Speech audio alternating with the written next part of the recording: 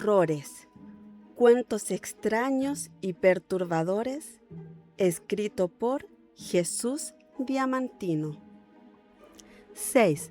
Cabeza de chancho. ¿Han oído hablar del cabeza de chancho?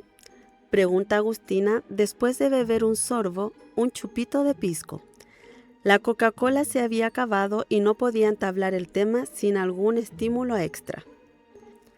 «Es un mino tuyo», le responde Antonia, desparramando una risotada que se expande por todo el cuarto.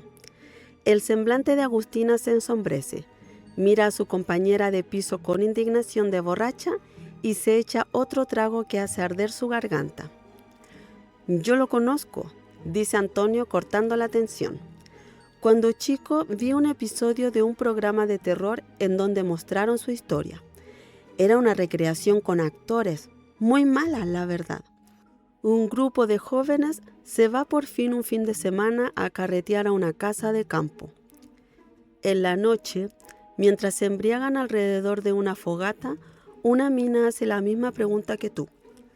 ¿Alguien conoce al cabeza de chancho? Se mueren de la risa, pero uno de los personajes dice que sí. Todos se callan y él les cuenta la historia de ese monstruo, la cual no recuerdo para nada, aunque de lo que sí me acuerdo es que el compadre termina siendo el hijo del cabeza de chancho y había planeado ese carrete para que su papá se alimentara de sus amigos. Perdón por el spoiler. ¿Y aparece el cara de chancho en alguna escena?, pregunta Sofía adoptando un tono serio. Cabeza de chancho, amor, la corrige su pololo. Y sí, aparece en un par de escenas mirando por las ventanas desde afuera. Durante todo el metraje se escuchan los gruñidos del animal. Los cabros empiezan a desaparecer uno a uno, hasta que al final solo queda el hijo y su novia. La chica logra escaparse, pero no sin antes quemar la casa con la criatura y su hijo dentro. ¡Qué horror! Ojalá tú nunca me entregues como comida a otro, dice Sofía con una sonrisa nerviosa. No, mi amor, yo soy el único que te puede comer, responde Antonio echándose más pisco al vaso. Pero en serio, Agustina, ¿por qué preguntaste eso? No sé, se me vino a la cabeza nomás. En mi casa se hablaba harto de esa leyenda y ahora que estoy un poco arriba de la pelota me acordé. Los amigos se rieron con desconfianza y pidieron más detalles. Agustina les cuenta que en Talagante circulaba todavía entre los más viejos la historia de ese monstruo. Supuestamente había sido fecundado por una chancha violada por un guaso depravado. El hombre había escondido por años a su vástago, alimentándolo con carne cruda y fruta podrida. Los años pasaron, el padre murió y la criatura salió de su escondite movida por el hambre. De ahí en adelante se dedicó a deambular por los potreros buscando comida, pero su apetito era tan grande que no se conformó solo con la basura ajena, así que empezó a secuestrar niños y animales. La leyenda decía que merodeaba por las noches y si encontraba alguna puerta o ventana abierta, entraba y se apoderaba de sus presas.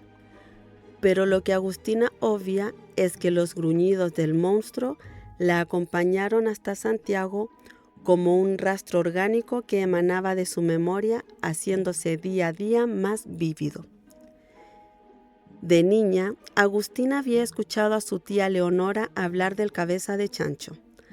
Recordaba a la mujer sentada bajo el parrón, con la frente sudorosa, abanicándose con una de sus revistas de costura, hablando con voz lastimera y arrastrando cada palabra como un monólogo incrustado en las tinieblas del Alzheimer. De vez en cuando, tía Leonora ampliaba el repertorio de anécdotas, casi todos recuerdos fragmentados, inconexos, viejos pretendientes ya muertos, rencillas, diligencias pendientes, pero el monstruo siempre aparecía como una garrapata agazapada que se alimentaba del delirio de la vieja. Les sorprendía que todo se extinguiera alrededor de la mujer, menos la presencia de aquella bestia.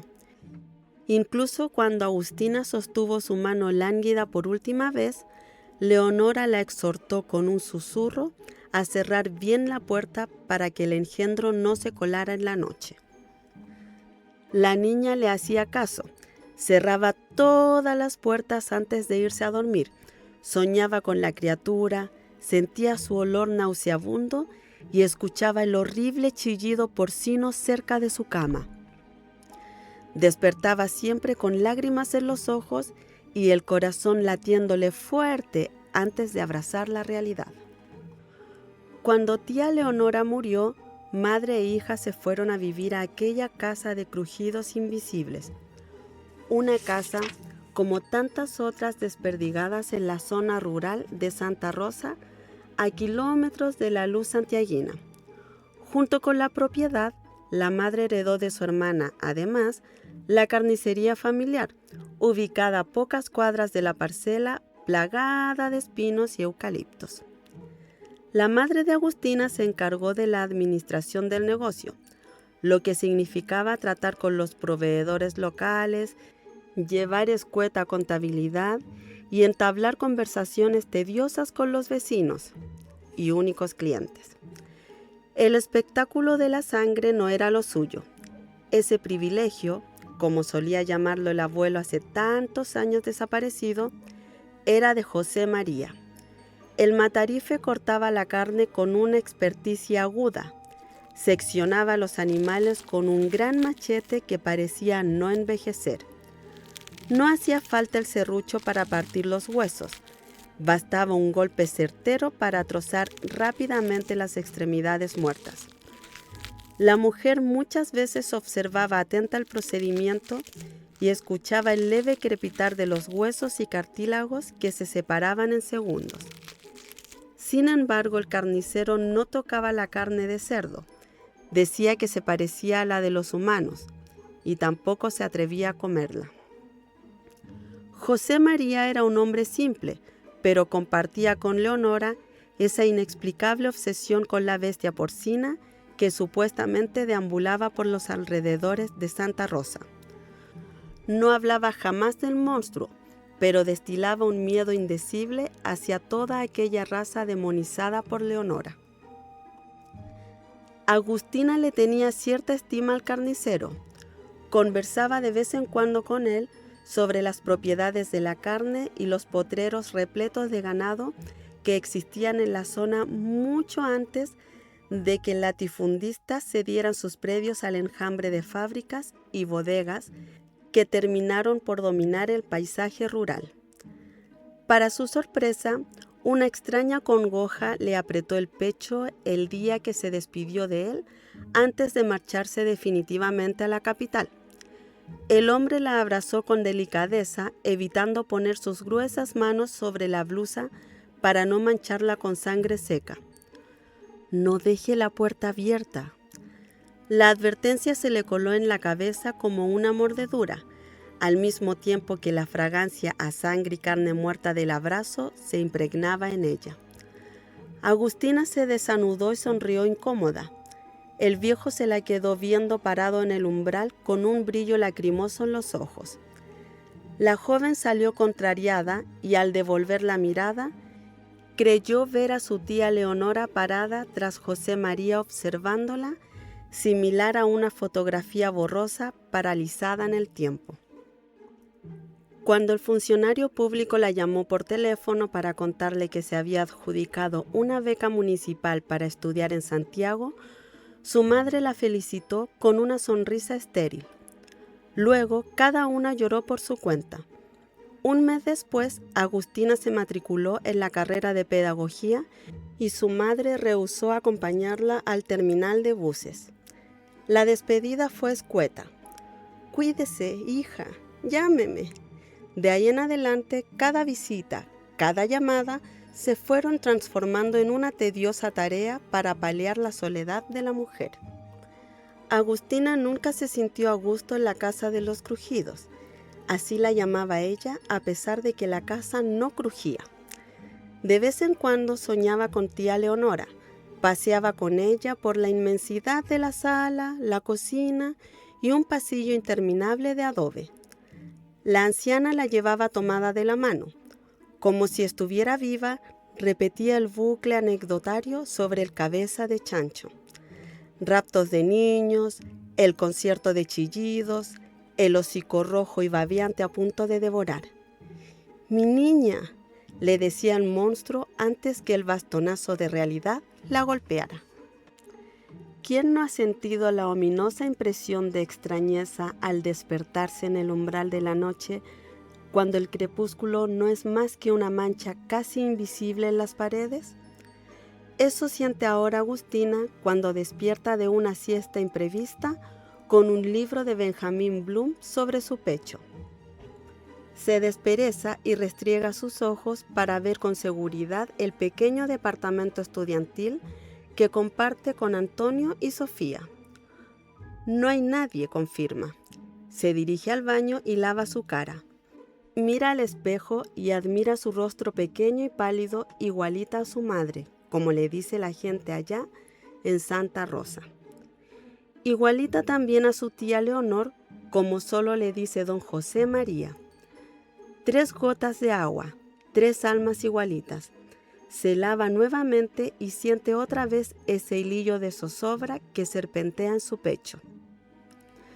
Piensa en su vida en el pueblo, en su insignificante paso por el colegio y el liceo rural, y en las constantes burlas y humillaciones.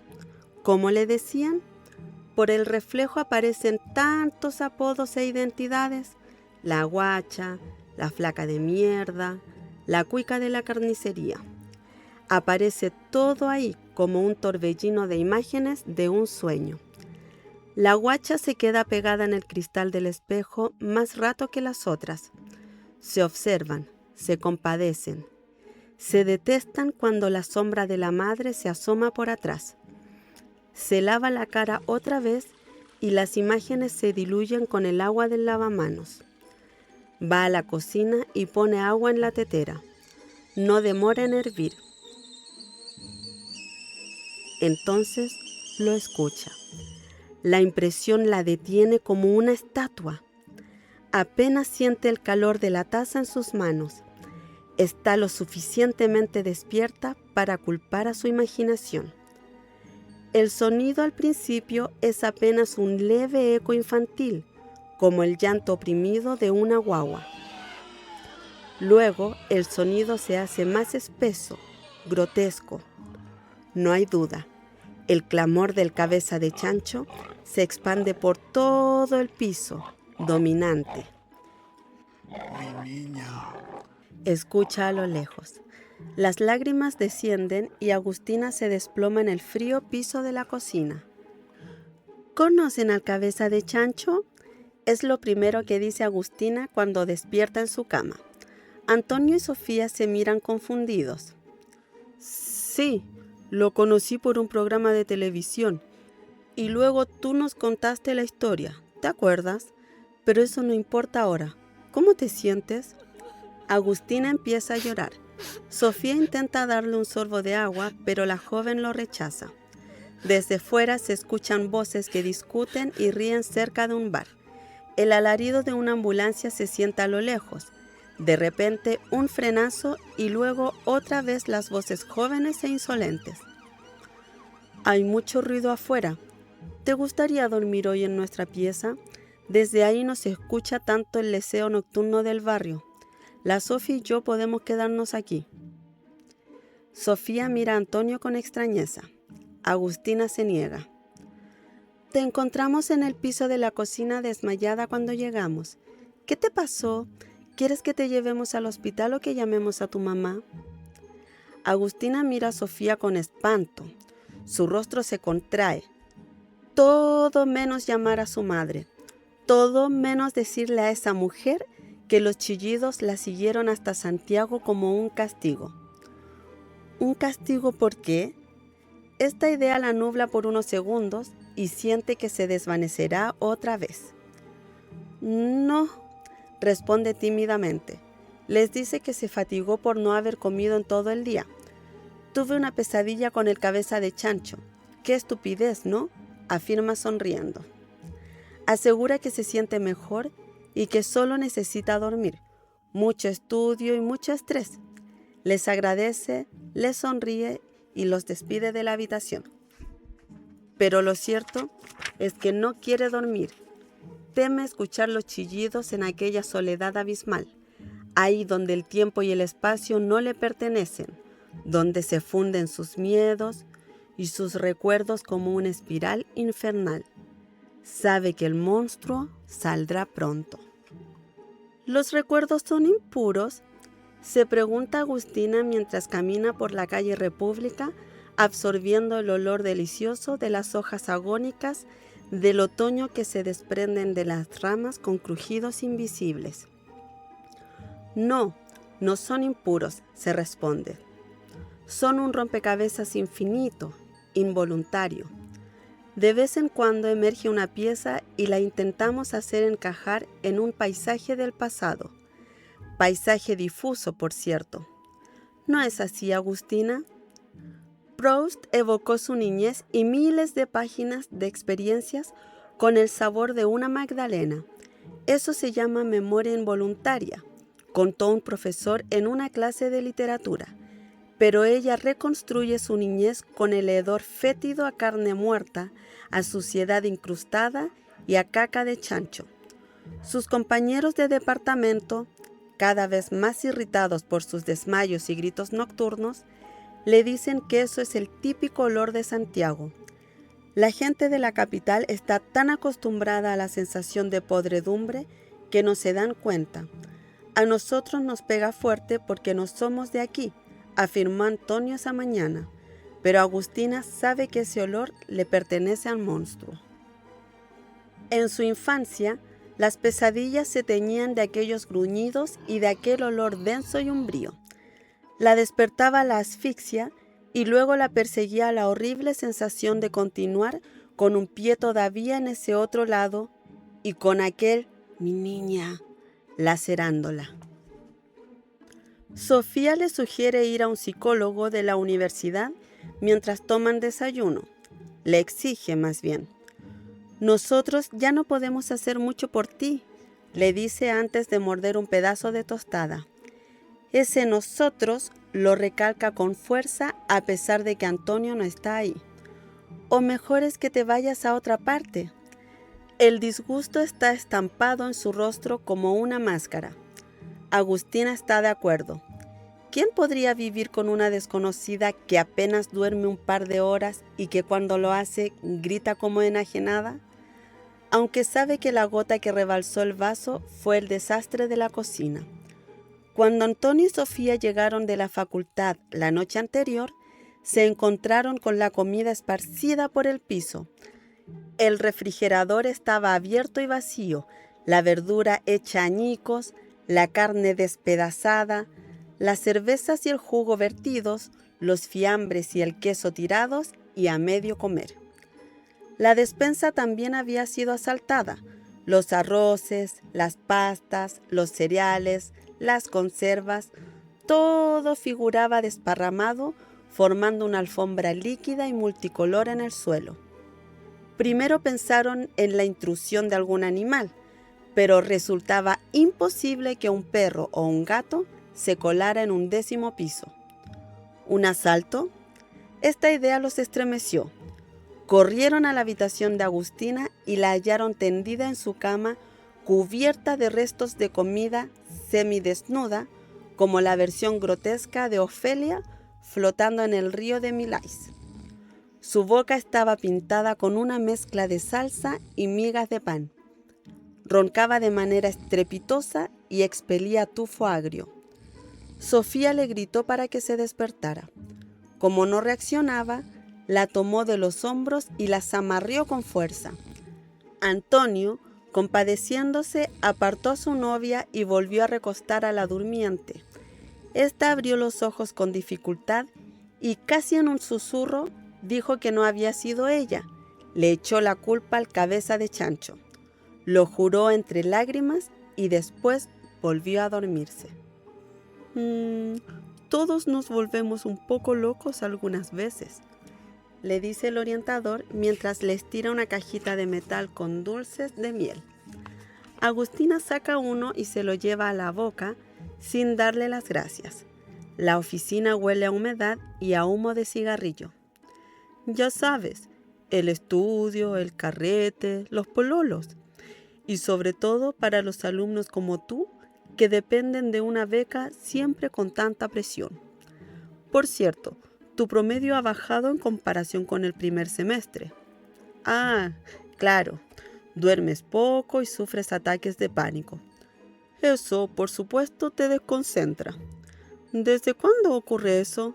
Cierto. Hace 3 meses.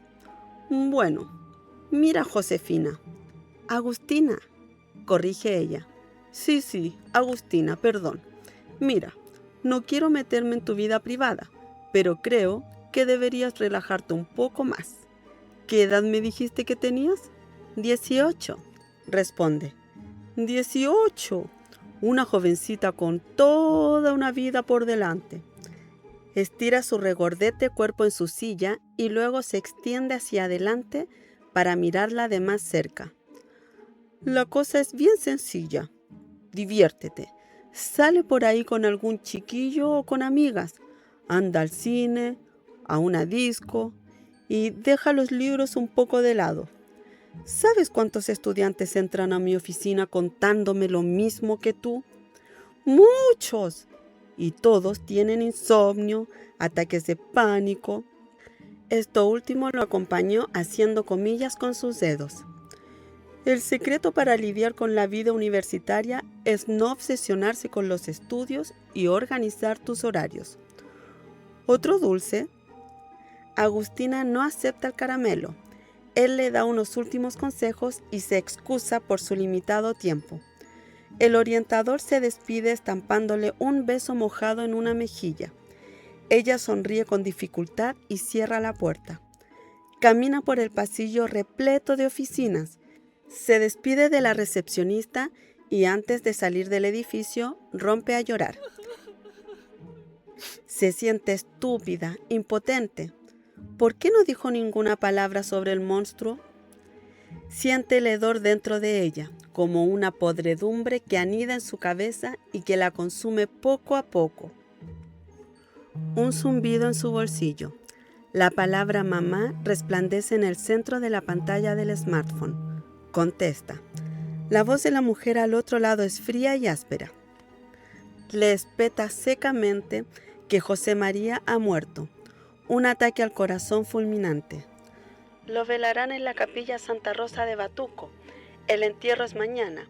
No sé si tienes tiempo de venir, le dice. Entonces la memoria involuntaria aflora desde el abismo. La tía Leonora advirtiéndole que cierre puertas y ventanas bien antes de irse a dormir. La sangre coagulada en las gruesas manos de José María y la madre silenciosa recorriendo la casa de los crujidos, rehuyéndola, murmurando oraciones después de cada pesadilla. Agustina responde que no irá. Cuelga. Camina ahora entre el enjambre de estudiantes sintiendo el hedor punzante del monstruo. Entra al departamento casi en penumbras. Antonio y Sofía duermen una siesta en uno de los cuartos. Hay botellas de cerveza vacías sobre la mesa y una pipa ennegrecida por cenizas de marihuana. Hoy la visitará, no tiene dudas. Entra al baño y se moja la cara. Se mira al espejo y aparece frente a ella la guacha, imponiéndose sobre las otras. Pero esta vez le sonríe. Resuelven esperar juntas al engendro. Abre la puerta de entrada, dispone todo y se esconde en su habitación. Los gruñidos no se hacen esperar. Lo siente olfatear, husmear con el hocico cada rincón del departamento. Escucha también sus pisadas similares a galopes acompasados.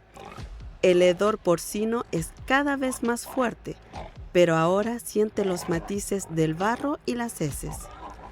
El torbellino de recuerdos infantiles se desata. Las manos como pezuñas recorriendo sus piernas en aquel cuarto frío de la carnicería. La puerta metálica que se abre de golpe. el cabeza de chancho retorciéndose de dolor en el suelo, el machete de José María asestándole en el estómago, los gritos eufóricos de Leonora y su madre. El abuelo padre cerdo brama en el piso bañado en la sangre y las entrañas que emergen de su interior. Mi niño.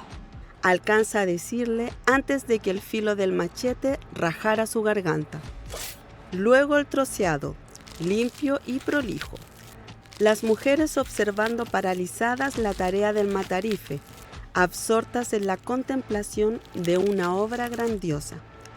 Agustina observa también embobada, agazapada como está ahora tras la puerta esperando a la bestia. Siente sus pasos atronadores cada vez más cerca. La puerta de la pieza se empieza a abrir. Lo primero que se asoma en la oscuridad es el hocico verrugoso y babeante, después los ojos enrojecidos de ira y deseo cruel. La guacha salta de la oscuridad y logra salir antes de que el monstruo se dé cuenta. Corre hasta la cocina, acciona el gas de los platos, titubea antes de encender el paño. Escucha del fondo un balbuceo humano. Mi niño. Alcanza a escuchar. La tela se enciende y la arroja sobre las hornillas. Cierra tras de sí la puerta del departamento y baja presurosa las escaleras. Una vez en la calle, respira el aire nocturno y una inusitada sensación de alivio recorre su pecho. De repente, la ventana de su habitación se ilumina como un párpado de luz. Después, un concierto de gritos entre las llamas. Cree escuchar los de Sofía y Antonio. Sin embargo, el alarido porcino se impone por sobre todos los otros. Agustina sonríe y siente el goce de un nuevo olor, un olor suave de grasa quemada, expandiéndose en la oscuridad otoñal. Fin.